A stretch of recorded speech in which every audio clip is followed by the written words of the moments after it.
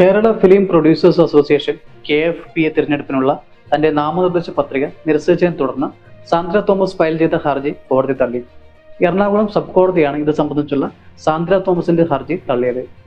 ഇതോടെ സാന്ദ്രയ്ക്ക് പ്രസിഡന്റ് സ്ഥാനത്തേക്ക് മത്സരിക്കാനാവില്ല. നാളെയാണ് പ്രൊഡ്യൂസേഴ്സ് അസോസിയേഷൻ ഭാരവാഹി തെരഞ്ഞെടുപ്പ്.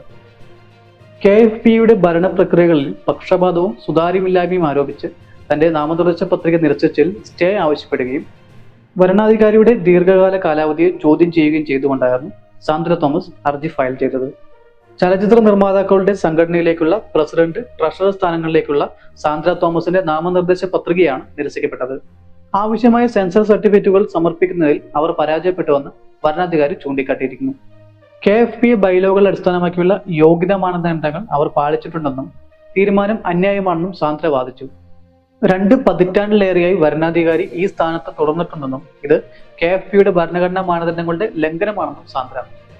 KFPക്കെതിരായ കേസ് പിൻവലിക്കാൻ മമ്മൂട്ടി തന്നോട് ആവശ്യപ്പെട്ടതായും സാന്ദ്ര തോമസ് അവകാശപ്പെട്ടിരുന്നു.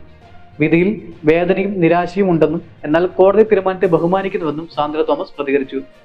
ഫിലിം ചേംബറിൽ തെരഞ്ഞെടുപ്പിൽ ജനറൽ സെക്രട്ടറി, വൈസ് പ്രസിഡന്റ് സ്ഥാനത്തേക്ക് താൻ മത്സരിക്കുമെന്നും സാന്ദ്ര പറഞ്ഞു.